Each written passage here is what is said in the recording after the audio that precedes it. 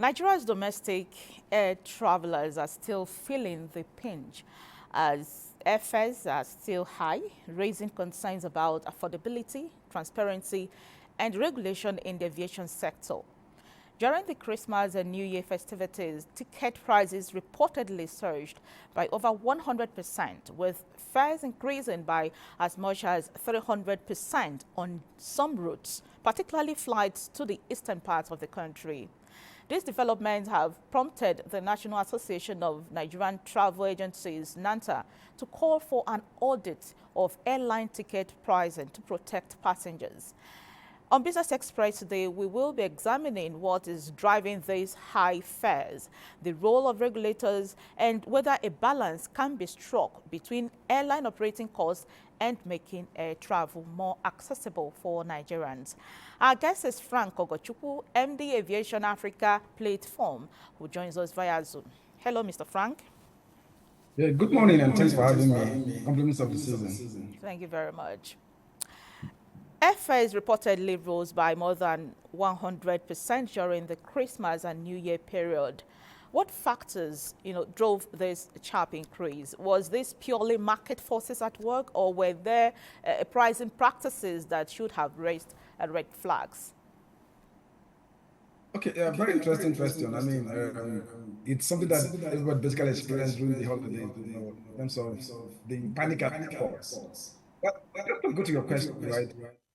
Like a couple of contributing factors that gave rise to this fuel ticket price increases during the holidays. Um, I'm just going to talk about a couple of them. Now, because we are in the holiday season and all that, there's this issue of seasonal demand push, the pressure upon the airlines. Again, the airlines, they have limited capacity.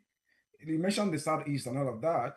They have very limited capacity actually to be able to take the number of people traveling during this period. People are going for holidays, people are going for, weddings, people are going for vacation, all kinds of things are happening during this period. So there's huge demand in a limited window time for people to travel from point to point, from point A to point B. So that brings a lot of pressure on the airlines. And like I said, they have limited capacity in terms of fleets, size, and all of that.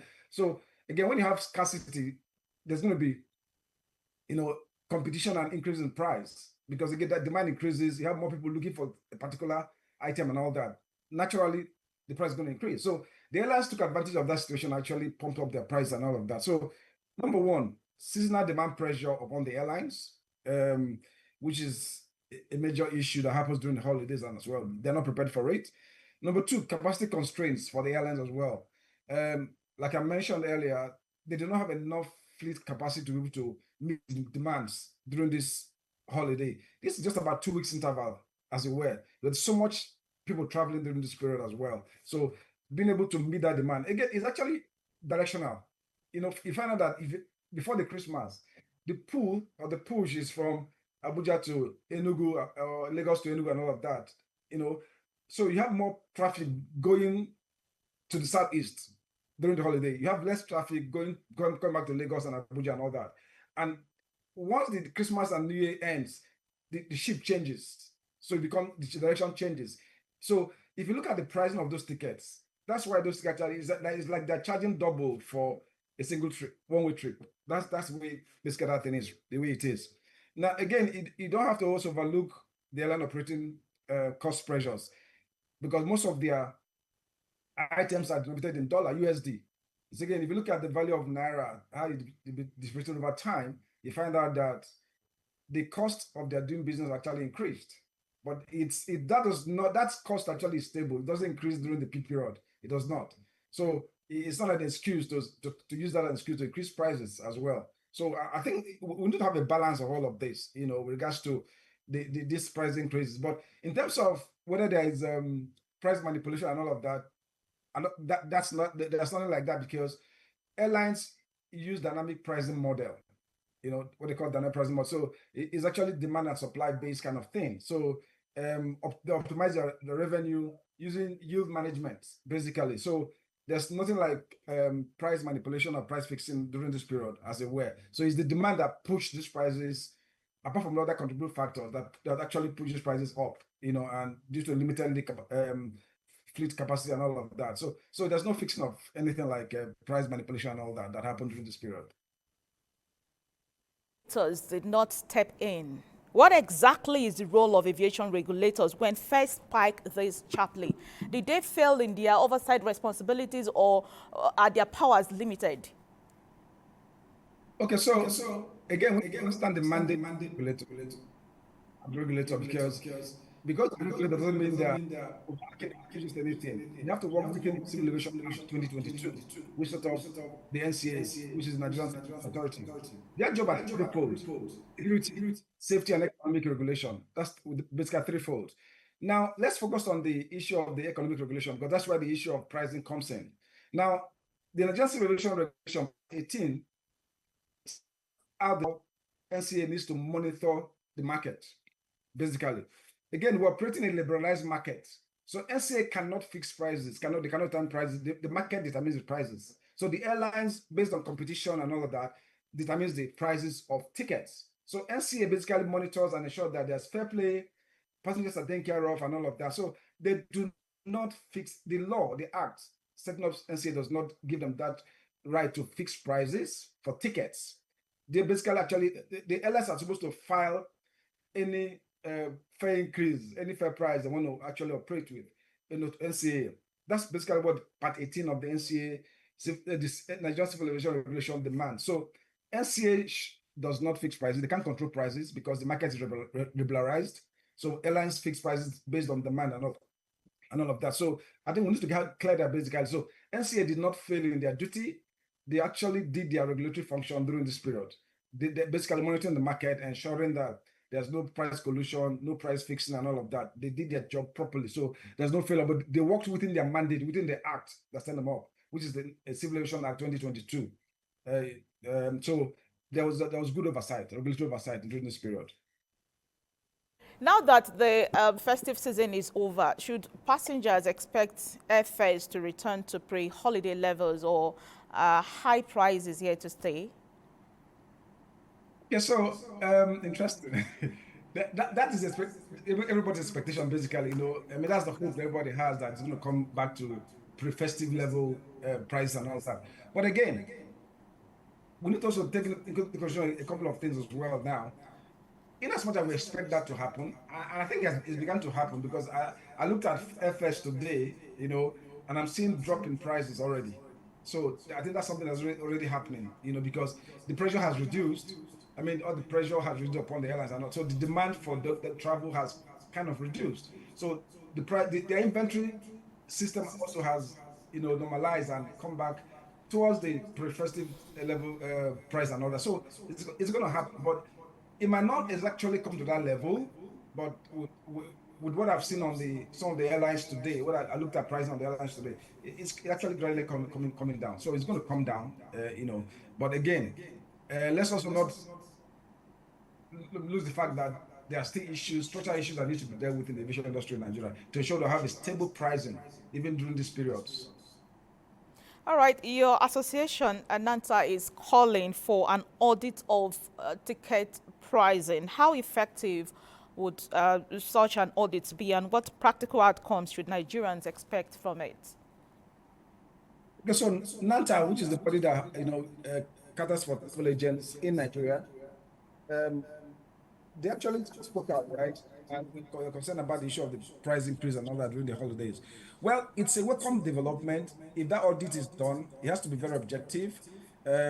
Basically, what I think the audit will do basically is to ensure that the various pricing elements on a ticket is properly distinguished. So we're sure of which base price goes to the airline, which are surcharges and all of that, which are security. So we are sure of each element of the cost of a ticket. So passengers can be sure what they're paying for with regards to ticket price and all of that. So that's something that I think needs to happen, but it should be something that is very transparent. And if it helps to improve fair transparency for passengers, that's a good thing.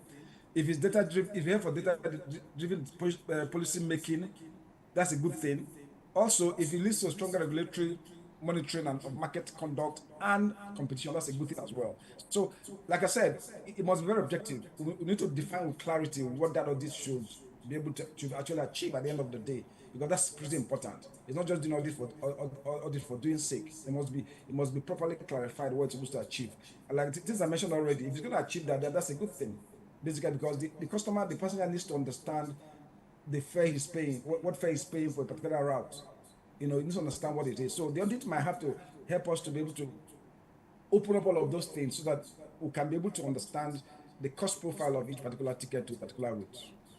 Okay, some argue that airfares are expensive all over the world, so high fares in Nigeria should not come as a surprise. Do you agree with this comparison? Wow. Well, I've heard quite a bit about this. We need to compare apple orange with orange, basically, when we're looking at airfares. You can't just do price comparison. That's actually a wrong way to compare pricing, regards to airfares and all of that, because one thing we need to also consider actually is people's income and disposable income. It's key, you know, because if you wake up and say, look, because of the fact that there's structural issues, pressures upon the aviation industry in Nigeria, and therefore the price has to keep going up. That's not argument does not hold water from science. So let's look at comparison, for example. A 1 hour, 45 minutes flight from Lagos to Abuja, Abuja to Lagos, costs from pre-festive level, between 95,000 naira to maybe 130, 150,000 economy. A 2 hour flight from Johannesburg to Cape Town in South Africa costs about 100,000 naira going forward. 2 hour flight.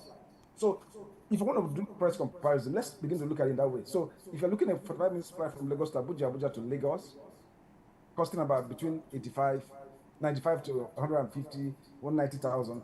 Then the 2 hour flight, Johannesburg to Cape Town, cost about 100,000 naira. You see, there's a huge difference between that. So you cannot say Nigerian airfares are expensive. I mean, they are cheap. They're not cheap. Based on people's disposable income, somebody in South Africa actually can buy a ticket with 10 or 15% of his or her income. But in Nigeria, you need about a month or 2 months salary, based on average of 100,000 or 150,000 per month as salary to buy a ticket. But somebody in South Africa can actually spend about 15% of his salary to buy a ticket. In Nigeria, you spend twice your salary to buy a ticket. So tickets in Nigeria are not cheap. If you look at disposable income and all of that, it's not cheap at all. So what should government do to urgently make air travel easier for citizens? Okay, so government has actually begun to do quite a lot of things. Last year, the Honorable Minister of Aviation and Aerospace Development, Mr. Festus Keyamo, has done quite a bit of work. One of the key things that he has done with the issue of actually fleet capacity for airlines, the issue of dry leasing. Nigeria has been on the CWG group when it comes to the Cape Town Convention, right? So it's difficult for Nigerian airlines to get dry lease of aircraft and all that, because the cost is prohibitive, insurance and all of that. But with Nigeria being off that list, our rating is about 75.5% now. It's going to be a lot easier for airlines in Nigeria actually to acquire fleets, without going through this prohibitive route and all of that. So that's one major way. If we're able to build fleet capacity in Nigeria, it's going to cushion the effect of the demand pressure we have, particularly during the youth season and all of that. So government has started to do something. So the airlines need to latch on it as well, so that the benefit can come to the airlines and come to Nigerian passengers as well. So that's one major area that the government has done quite a lot of work to ensure that airlines begin to get their fleets, like other airlines outside Nigeria and all over the world. Very smooth and easy way of acquiring fleets and all that. As a matter of fact, one of the Nigerian airlines actually has signed up for that already. We expect that more airlines will get into that and begin to take the benefit of that advantage and actually ensure that we have more competitive airline environment in Nigeria. Passengers actually, are better off for it. All right, Mr. Frank Ogochukwu, we appreciate you for your time on Business Express. Thank you very much. Thank you for having me. Thank you. Moving on,